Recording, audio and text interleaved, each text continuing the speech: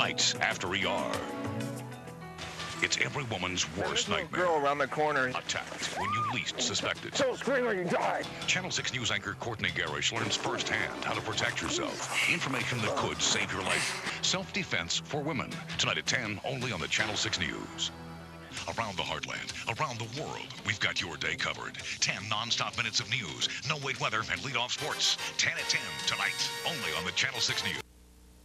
This is a reality check. By the time we're finished with our next story, it's possible that 2 women will have been raped in our country. On average, the crime happens once every 2 minutes. No woman could possibly know what she would do or how she would handle an attack until it actually happens. But women do have more options if they learn some self-defense techniques.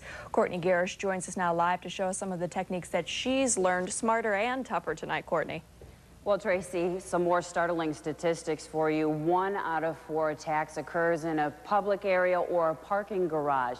How many times have you been in this situation? You're walking to your car, it's parked in a remote area of the garage. Your head's down, you're thinking about other things, you're not really aware of your surroundings. That can make you a prime victim for an attack.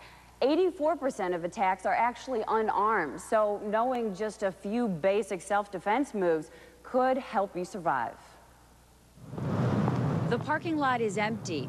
You hear a noise. Glancing over your shoulder, you feel fear.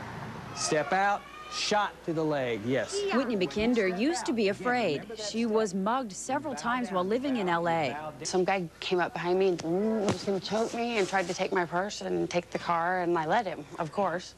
Ready? Bow. Step. Bam! Good. After 5 years of self-defense, Whitney feels she can hold her own against an attacker. It doesn't matter if you're bigger, smaller, shorter, taller. There's just these techniques that, like, totally work. Bam! Good. Much better. The techniques develop a survival instinct, but the first step is awareness. You need to start looking at people and start judging circumstances and listen to those gut feelings that you have. Omaha police officer Dan Clark helps us prove a point. How easy it is for a woman to be attacked. I'm the victim and have no idea when or where this is going to happen. I don't even know what Officer Clark looks like. There's a little girl around the corner here. Don't scream or you die. Before I could even think, Officer Clark had me on the ground and pinned. My first mistake, I looked away. Oftentimes, these predators will use distraction questions like that or try to get your attention elsewhere before they attack. I didn't even think to yell for help. I think I was too shocked. I was trying to figure out, all of a sudden I was moving this way and The minute I grabbed a hold of you, you should have been screaming, "Help, call the police." Be explosive, make it explosive. Some simple self-defense techniques could have helped me, using the heel of my palm to strike an attacker's nose. The power comes from your hip. A knee to the groin, and learning how to break a man's grip.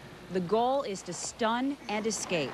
Most of the confrontations, they're always going to end up on the ground, so you should know what to do. Something I didn't know when Officer Clark had me on the ground. Stop! After 2 sessions of self-defense, I'm ready to use what I've learned. The more you train, the quicker your reaction.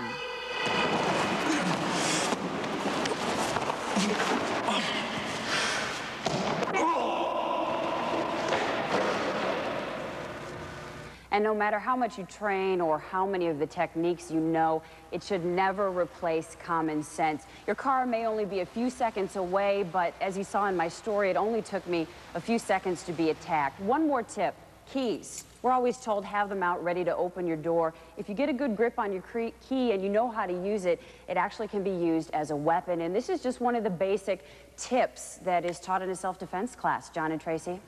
So it really is just a little bit of training, but a lot of self-awareness that can make a big difference. That is the key. You're right, Tracy.